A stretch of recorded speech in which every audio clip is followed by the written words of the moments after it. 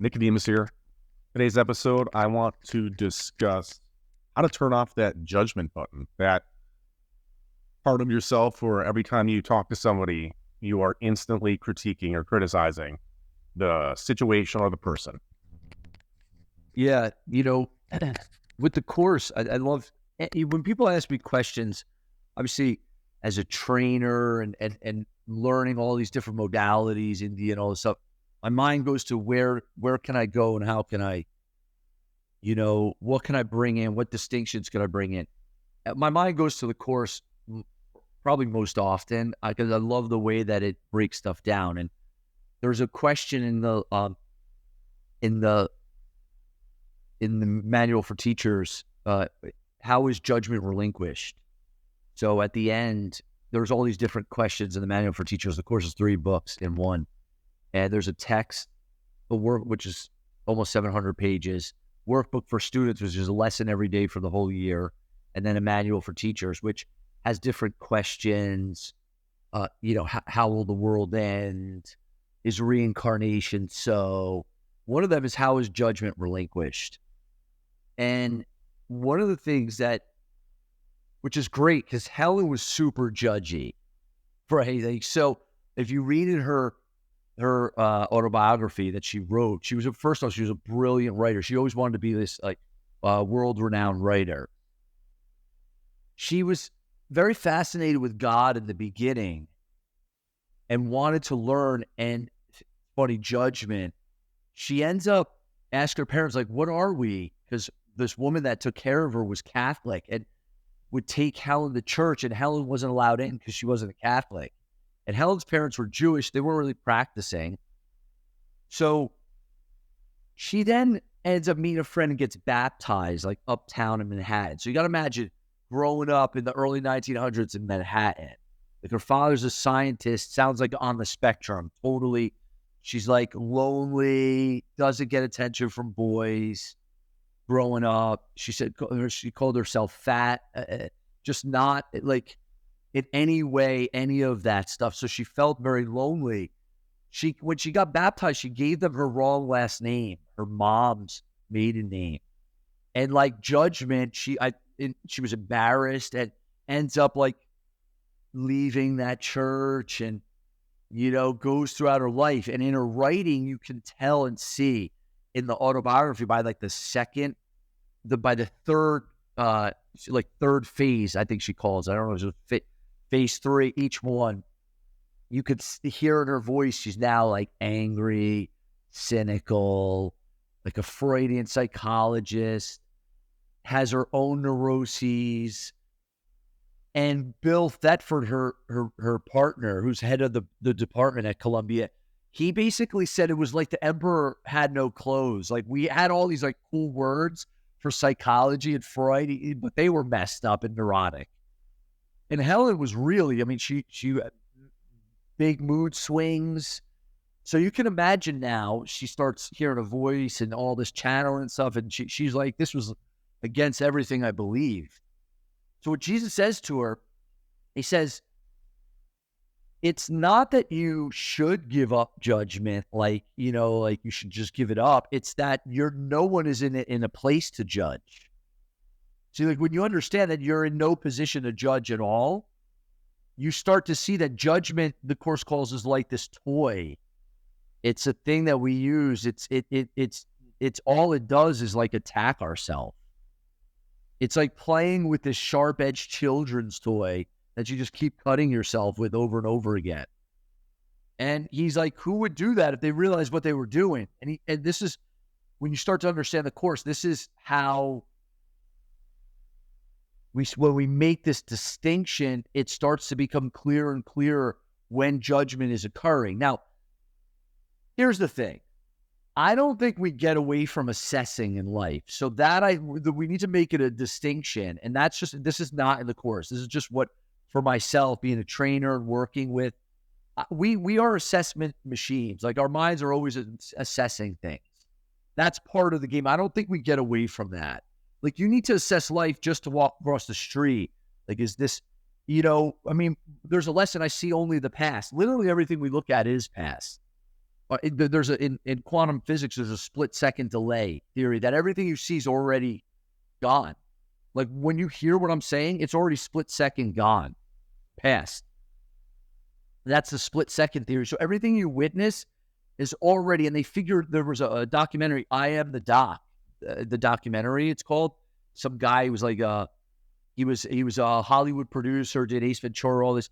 He like goes on this spiritual quest. And in that documentary, they're saying that the heart, they can hook signals up to the heart, that the heart can predict stuff before it happens.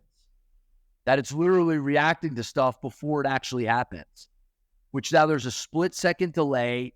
This is where you start to get into like quantum physics and all this. We see only the past. Now, judgment, what he says in the course that you said to Helen is that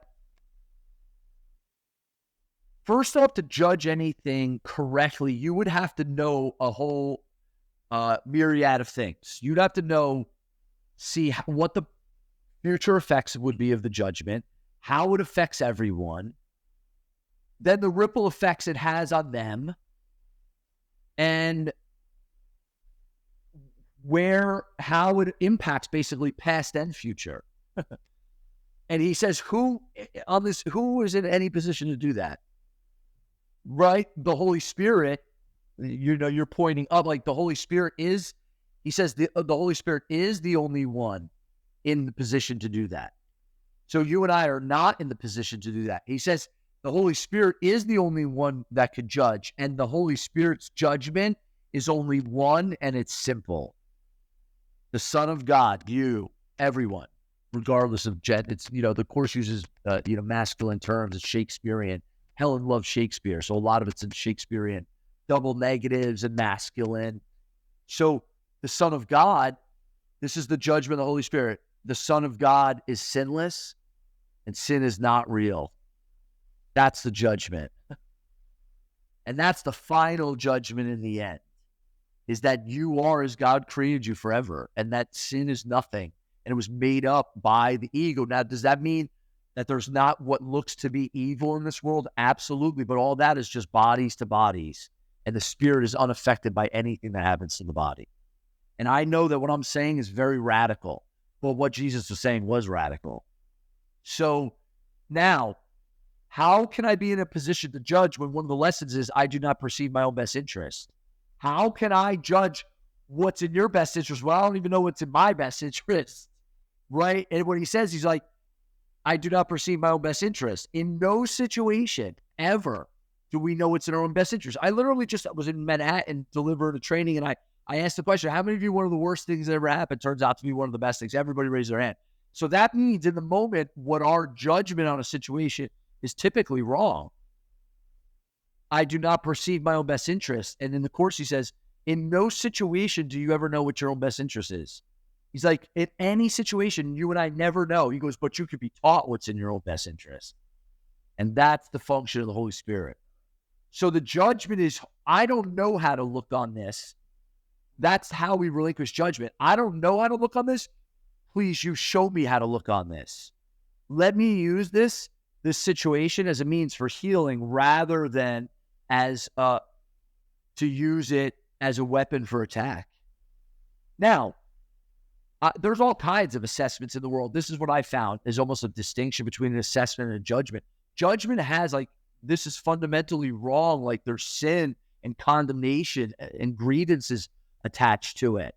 So if I don't like someone, that's a judgment.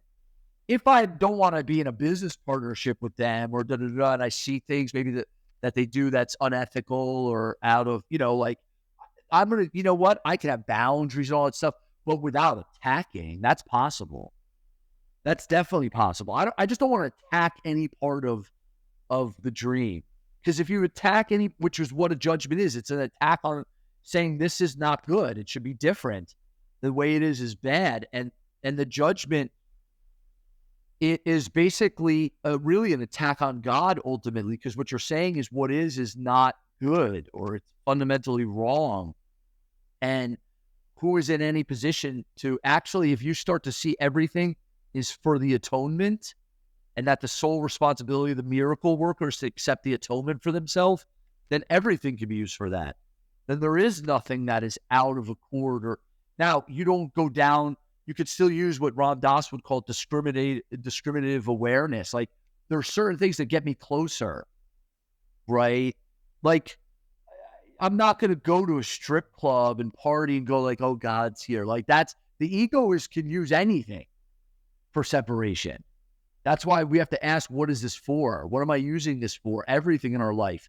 And we start to realize that we're in no position to judge. Judgment is our arrogance. And the people who judge, you look at their lives. Like, if your friend, look at their lives, like they suffer tremendously for it. It's like playing with the sharp-edged children's toys and there's blood all over. And they just keep doing it. Who would do that if they realized what they were doing? So it's not that we should relinquish judgment. We're in no position at all to judge. And when we give over the judgment to the Holy Spirit, we're returned with the sin is not real. I am as God created me. So are all beings. So they're only worthy of love and appreciation. And I wouldn't offer anything else to them because I would receive it for myself.